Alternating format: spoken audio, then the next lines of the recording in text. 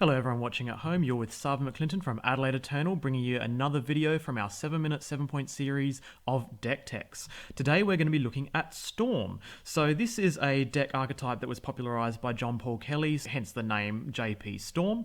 And if you've played Storm in any other format, you know that the way to win is with a card that has the word Storm on it.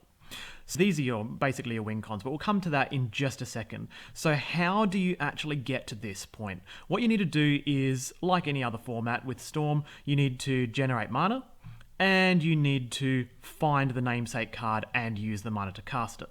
Sounds simple, right? But actually the lines are very complex. So what we're going to do is look at the groups of cards that we've got here. First of all, we've got the boring old lands are tapped for 1. And over here we've got things that generate mana. So you've got some lands that generate 2 mana when tapped, and you've got other lands that you sacrifice to generate multiple mana, so 2 varieties of colors as well, and these allow you to tap twice for 2 mana before sacrificing. And then we've got the non-land cards. These rocks generally can be used multiple times, Chrome Mox and Mox Diamond, but then you've got the once-off rocks.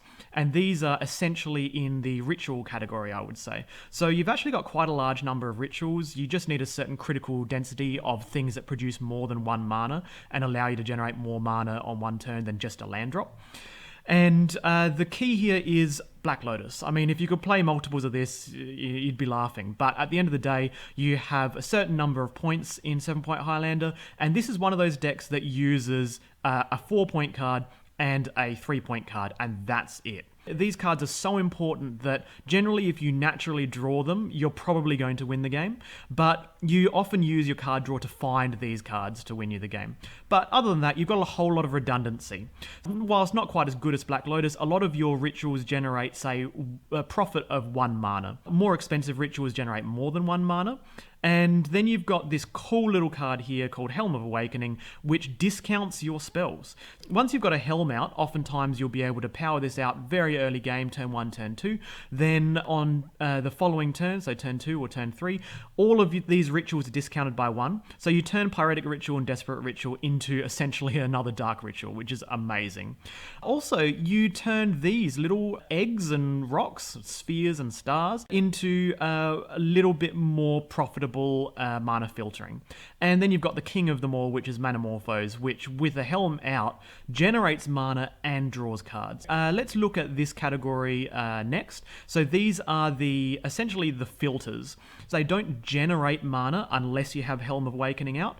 They allow you to change the colors of mana. So there's an investment on the first turn by dropping 1 for 1. And then after that, you filter your mana into the correct colors that you need. But again, Helm of Awakening makes them really decent. Frantic Search is one of the most powerful cards. Oftentimes you need to wait to turn 3 to cast it. But if you're casting off, say, an Ancient Tomb, if you can do so on, say, turn 3 and you've got 3 lands to untap, you're going to profit with mana again. So all cool ways of profiting with mana. These are in a separate category because they also play the functional role of this category here, which is your draw. You've got Gitaxian Probe, which is free, and then you've got Ponder, Preordain, Brainstorm, the King 3, Thought Scour and Mental Note, both functionally very similar, but they fill your graveyard, which allow you to get Threshold with Cabal Ritual, and they also allow things to be flashed back with Past in Flames. Now you've got the not quite as good card filtering cards, but with Helm of Awakening out, these are really cool. And then you've got the next section here, which I didn't put in the next pile because they operate in a very similar way. These are looking for specific cards, and these get you the specific cards. So Rhystic Tutor and Grim Tutor are 3 mana tutors. And then you've got Gamble, which is a 1 mana tutor. You'll notice a stark difference here. 2 mana off actually makes Gamble a highly competitive tutor in this deck. You can often gamble for cards that go straight into the graveyard, if you've got no other cards in hand, and then you can flash them back with Past in Flames, which is really cool. So often tutoring to the graveyard is actually really good. Then you've got Doomsday, which essentially is a tutor. It's kind of like a slow tutor. It's almost like vampiric tutor because you're going to tutor for a card that goes on top of your deck, and then if you're able to draw that card, whether it's going to the next turn or off a Gitaxian Probe, for example, then you can use those 5 cards, often, drawing through them, powering through them, and going for the win in one go. So oftentimes Doomsday itself is a 1-card win con. Necro, obviously another 1-card win con. If you cast this, you're going to be drawing an exorbitant number of cards. And Ill-Gotten Gains is also a cute way of essentially tutoring 3 cards specifically out of your graveyard. Now, we've covered that off. Now let's look at the cards that win the game.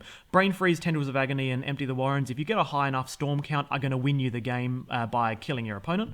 But these 3 cards here essentially win you the game. When you've got Pass in Flames and sufficient mana, and also Yawgmoth's Will, and this thing doesn't need sufficient mana, it's going to get it all back from the graveyard, they power your way into winning the game, as does Mind's Desire for, 6 or 7. Then the cue card here is actually Brain Freeze. Oftentimes you look at it and go, oh, I'm going to need a storm count of 15 or so to kill my opponent. Sometimes when you don't have enough storm, you can Brain Freeze yourself. When you Brain Freeze yourself, you pop a whole bunch of stuff into the graveyard, and then you flash it back with Past in Flames, which is going to be in the graveyard, and allow you to win. Last of all, we've got these 2 cards here, which prevent your opponent from casting spells. And then in the sideboard, we've got 3 different categories. We've got the cards that you bring in against control, so stopping them from casting spells and also countering them, and peeling stuff out of their hand. Generating mana off Carpet of Flowers is also extremely good. And then you've got against the creature decks and also the hate pieces. Any kind of permanent hate, you can bounce it, get rid of it, or sweep away a bunch of hate bears.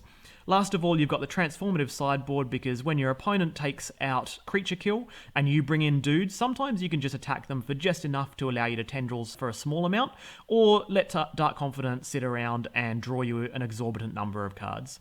So if you've enjoyed the deck, then sleeve it up, have a go, enjoy all the lines. It's very complicated, it'll take a while to get the grips of, but once you've got it flowing smoothly in your hands, it is an absolute beast. Tell me what you think. Thanks for watching, guys.